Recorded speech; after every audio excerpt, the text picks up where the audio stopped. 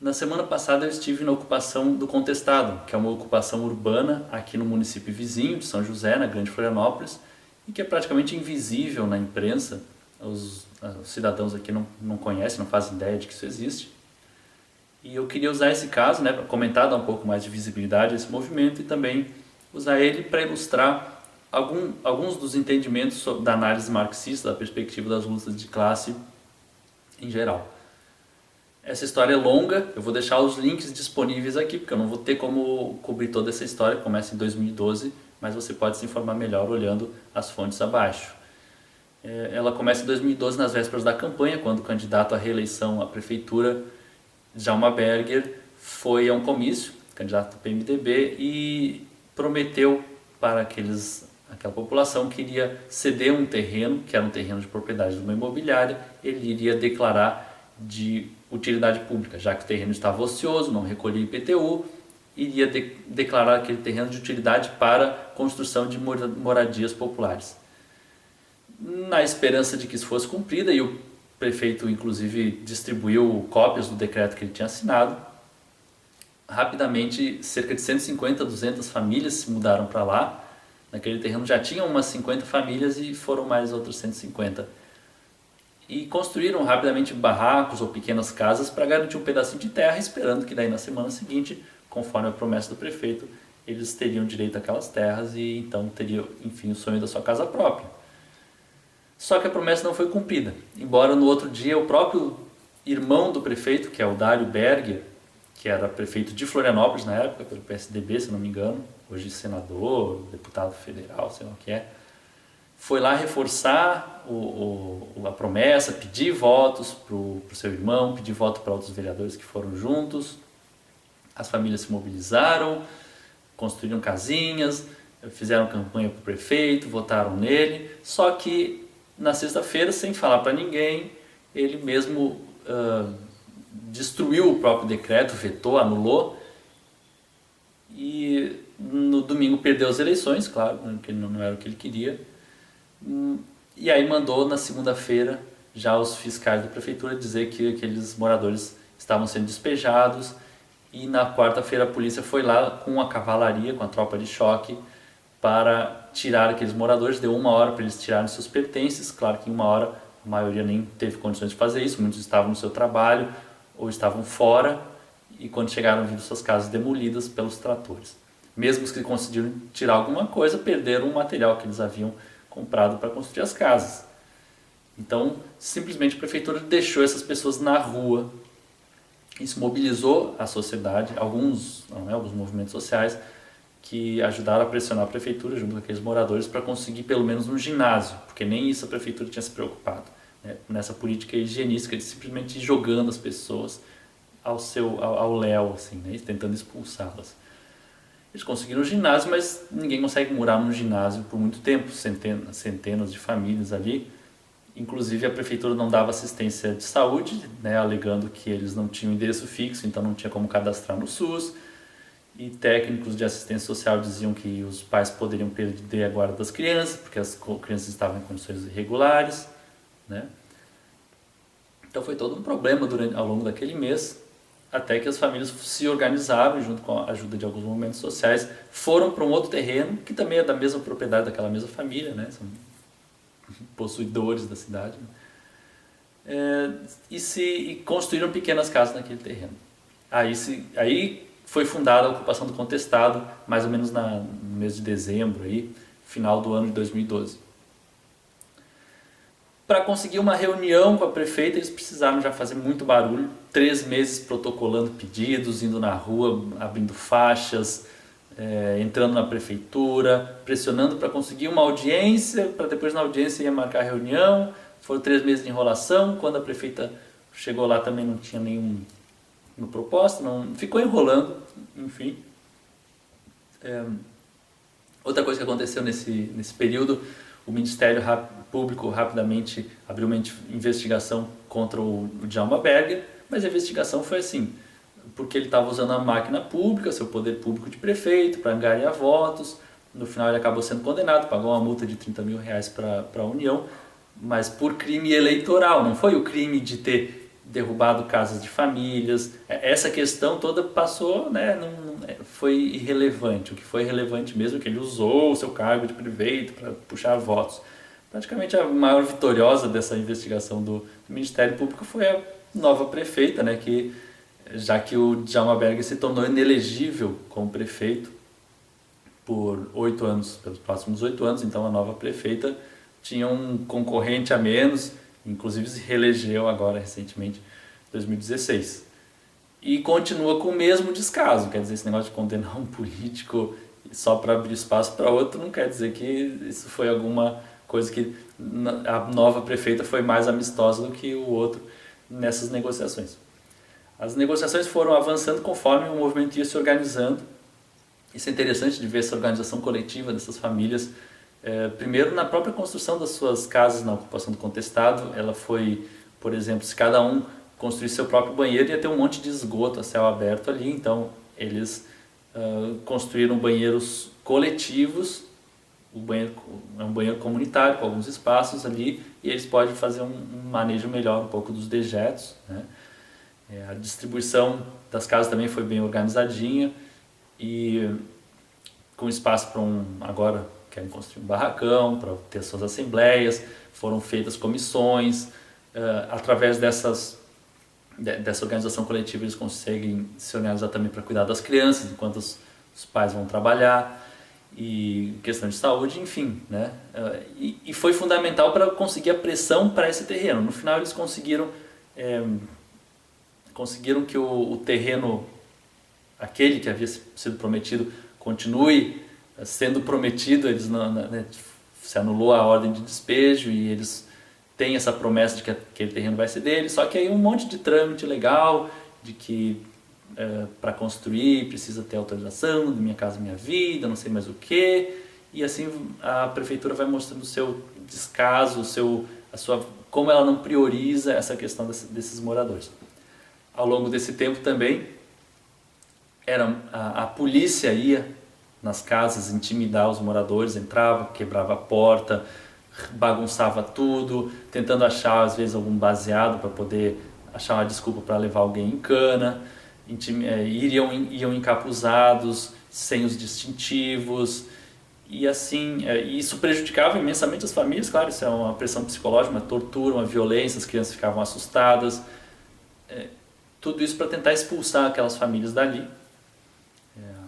A proprietária daquele terreno do contestado também tinha pedido a posse do terreno, né, que foi negado pela justiça, agora parece que está reivindicando de novo a posse. Então, enfim, tem uma série de trâmites, mas que mostra todo um fato de que o poder público não está nem aí para essas famílias, o que elas conseguem através dessa organização popular. Se organizaram, foram na polícia, foram na prefeitura para pedir para parar essas intimidações, denunciaram, embora os meios de comunicação não tenham denunciado, elas conseguiram fazer algum barulho. Parece que essas intimidações policiais têm diminuído. Mas estamos aí já há 5 ou 6 anos, né, que vai durando essa novela. Então espero que com esse vídeo também ajude a sensibilizar as pessoas e tentar dar alguma força para esse movimento. Afinal de contas, é uma falta de juízo, uma falta de racionalidade que se tenha um terreno grande, ocioso, que não recolhe impostos e está ali só para especulação imobiliária daquela família, dona da imobiliária, enquanto 100 famílias estão aí sem ter para onde ir, morando em condições precárias. Um pouco da perspectiva das lutas de classe, do marxismo, a gente precisa para entender também certas coisas que funcionam muitas vezes, não é só nesse caso. Uma foi o que eu já mencionei do Ministério Público. Ele foi muito rápido para investigar um crime eleitoral, que é a competição das elites, das burguesias locais ali, né? Afinal, o cara usou os órgãos públicos, o seu poder público para fazer uma promessa de campanha, para ganhar voto, aí ele paga uma multinha ali, 30 mil reais, beneficia a outra concorrente dele, candidato, que acaba ganhando, se reelegendo. Então é a briga desses caras aí, né? Ninguém falou do crime de ter desalojado famílias, de ter derrubado casas, de ter ido com a polícia, né? É como se essas coisas não são prioridade mesmo. Isso é importante para a gente ter essa perspectiva de que, assim, embora tenha que lutar nesse plano da justiça, do judiciário, saber que essa luta é bastante parcial. Ela não é o que vai dar a solução para as coisas. É uma luta meio que é necessária, sim, mas é um detalhezinho de toda uma outra luta que é os moradores se organizando, pressionando a prefeitura, pressionando a polícia, denunciando. É todo um trabalho muito maior. Não é um juiz rico que não faz ideia do que é morar na rua que vai lá assinar e salvar uma comunidade. Isso aí a gente está vendo aqui no Brasil, que justamente o que os juízes estão fazendo é bem o contrário, eles estão salvando a si mesmo. Afinal de contas, um juiz não depende de voto. Se ele fizer merda, ele vai ser aposentado com um salário integral. Oh, que beleza, né? Ele não... Ele tem dinheiro, mas ele pode ser intimidado por quem tem mais dinheiro do que ele. Famílias pobres não têm muito a oferecer para eles, famílias ricas têm muito a oferecer, pode dar favores, jatinhos e prêmios e não sei o que, condecorações, promover o cara. Então é claro que a justiça está desenhada para acabar sendo um instrumento dos ricos. E a mesma coisa a polícia e o exército, né, as forças armadas. Né? Ninguém votou aqui para quem vai ser o general do exército, para quem vai ser o juiz, para quem vai ser o chefe da polícia, enfim. Acabam sendo instrumentos da repressão para manter os privilégios dos mais ricos. Outra coisa que a gente precisa ter a ideia é da imprensa. A única menção que a imprensa fez a toda essa questão foi no dia da desocupação, que ela mostrou lá várias fotos da cavalaria montada e narrou da seguinte forma: a polícia foi lá desalojar invasores, quem tinha invadido a terra. Então é muito fácil, né, selecionar aquilo que convém para passar essa ideia para os demais moradores de rua, para a demais população, que assim, não pense em entrar em terreno que não é de vocês, porque a gente vai mandar a polícia aqui baixar o cacete e destruir tudo que vocês construíram. Então essa é a perspectiva da imprensa, porque também a imprensa não foi votada, não é você que elegeu quem comanda os órgãos de comunicação. Eles são muito facilmente seduzidos por quem tem dinheiro para oferecer para eles. E quando não são seduzidos, também podem ser intimidados. Já os pobres não têm nada a oferecer, para eles não interessa. Por isso que a imprensa praticamente não noticiou muito sobre esse caso. Agora é importante a gente entender o lado positivo, que é o lado da perspectiva de como o capitalismo pode ir sendo superado.